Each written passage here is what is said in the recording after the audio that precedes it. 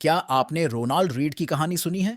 वह चौकीदार 2014 में जब उसकी मृत्यु हुई, तब उसके बैंक अकाउंट में $8 मिलियन की सेविंग थी। हाँ, आपने सही सुना। चौकीदार, $8 मिलियन। और ना तो उसने लॉटरी जीती थी, ना तो उसको वो पैसा विरासत में मिला था। उस चौकीदार ने अपने पूरे जीवन में इतने पैसे की सेविंग की थी। अब आप सोचेंगे कि एक चौकीदार की सैलरी उतनी तो होती नहीं है कि वो बचत कर करके करोड़पति बन जाए। तो आखिर वो चौकीदार ने $8 मिलियन की बचत कैसे की? दोस्तों, यह चमत्कार था कंपाउंडिंग इफेक्ट का, जिसके बारे में हम आगे बात करेंगे। लेकिन यहां मुद्दा यह है कि आपको अगर अमीर बनना है तो आप कितने बुद्धिमान और इंटेलिजेंट हो, यह उतना महत्वपूर्ण नहीं है। लेकिन पैसे के प्रति आपका व्यवहार और बिहेवियर कैसा है, वो ज्यादा महत्वपूर्ण है।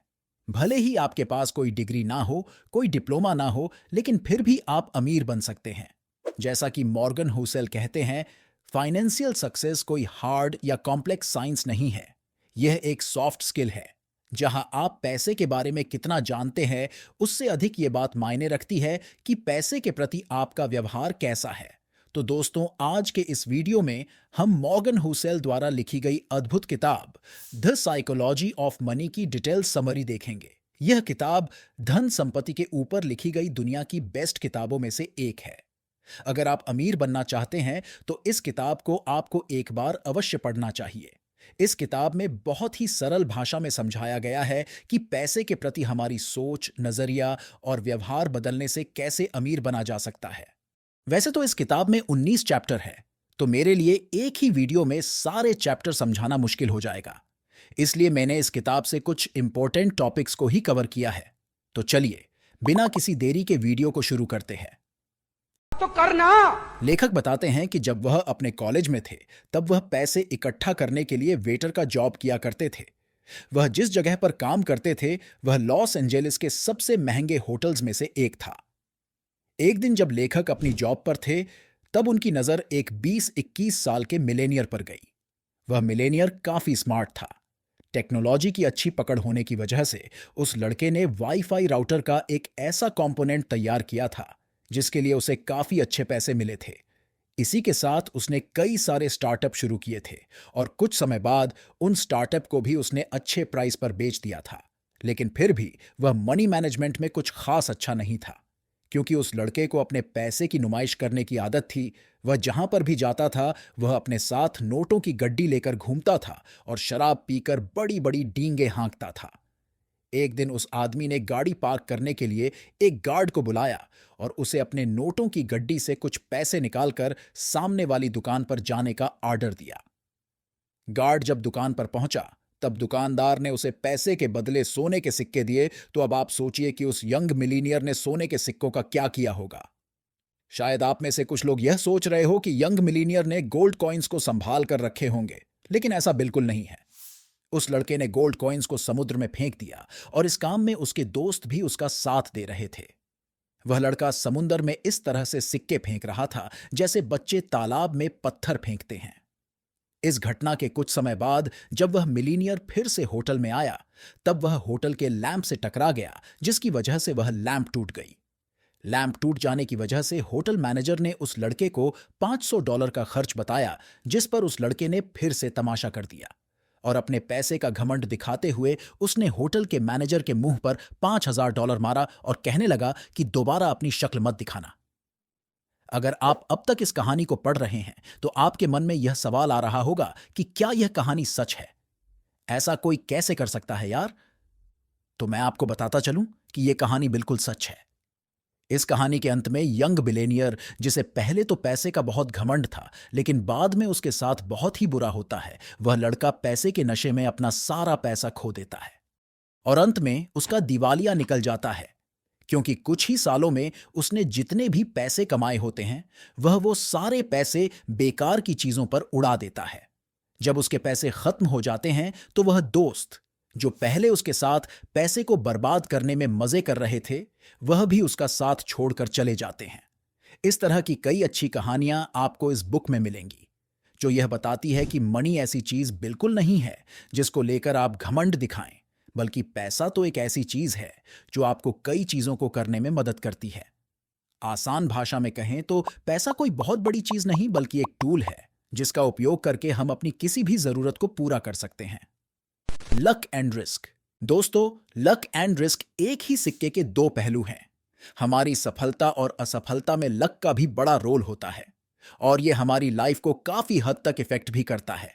उदाहरण के तौर पर 1968 में अमेरिका का एक लेक्साइड स्कूल दुनिया के कुछ गिने चुने स्कूल्स में से एक था, जहां पर $3000 का कंप्यूटर था।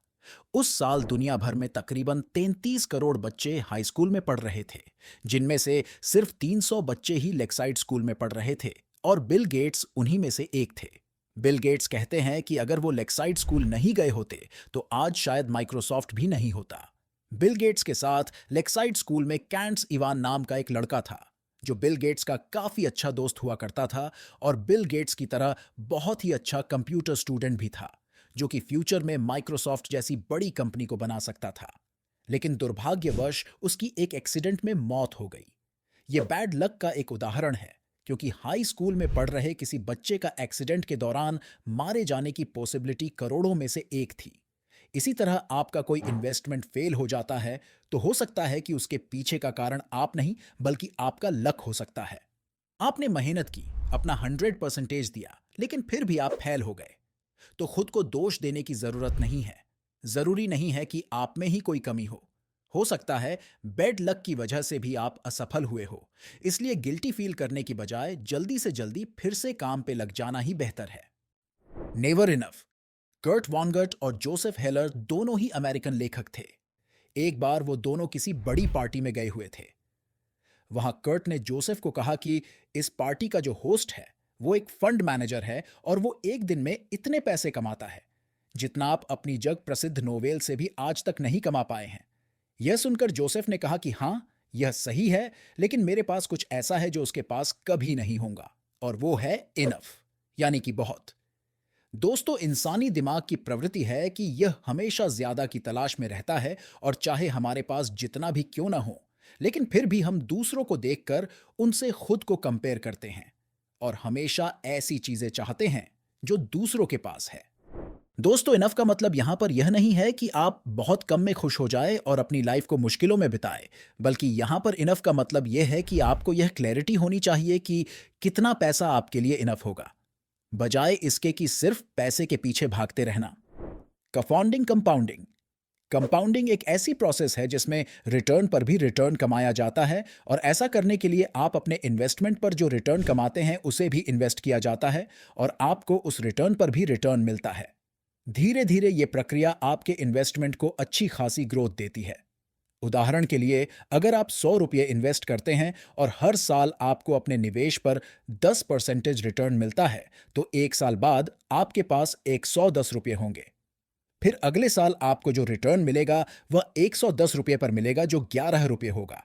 इसका मतलब है कि दूसरे साल में आपकी इन्वेस्टमेंट वैल्यू बढ़कर 121 रुपये हो जाएगी। जैसे जैसे समय बढ़ता जाएगा, कंपाउंड इंटरेस्ट भी उतना ही बढ़ता जाएगा और 20 साल बाद अगर आपका इन्वेस्टमेंट 10% रिटर्न हासिल करता है तो आपकी इन्वेस्टमेंट वैल्यू 672.72 रुपये हो जाएगी। टाइम और कंपाउंड इंटरेस्ट। कंपाउंडिंग का असली जादू टाइम के साथ देखने को मिलता है। आप अपने पैसे को जितना ज्यादा टाइम इन्वेस्ट रखेंगे, कंपाउंड इंटरेस्ट उतना ही आपके फेवर में काम करेगा। इससे यह निष्कर्ष निकाला जा सकता है कि आप जितनी जल्दी निवेश शुरू करेंगे, आपके पैसे को बढ़ने में उतना ज्यादा टाइम मिलेगा। उदाहरण के लिए, मान लें कि आप हर महीने 5,000 रुपये किसी स्टॉक में या म्यूचुअल फंड में इन्वेस्ट करते हैं और उस पे हर साल आपको 10% रिटर्न मिलता है। यदि आप 20 साल की उम्र में निवेश करना शुरू करते हैं तो 60 साल की उम्र में आपके पास लगभग 3 करोड़ रुपये होंगे। हालांकि यदि आप 30 साल की उम्र में निवेश करना शुरू करते हैं तो 60 साल की उम्र में आपके पास सिर्फ 1 करोड़ रुपये होंगे। इससे पता चलता है कि 10 साल का भी अंतर आपके इन्वेस्टमेंट पर कितना असर डालता है। दोस्तों, जब यह किताब लिखी गई थी तब वॉरेन बफेट जी की टोटल नेटवर्थ $84.5 बिलियन थी, और जिसमें से $81.5 बिलियन रकम उनके 65वें जन्मदिन के बाद ही आई थी। वॉरेन बफेट ने 10 साल की उम्र से ही इन्वेस्टिंग करना शुरू कर दिया था।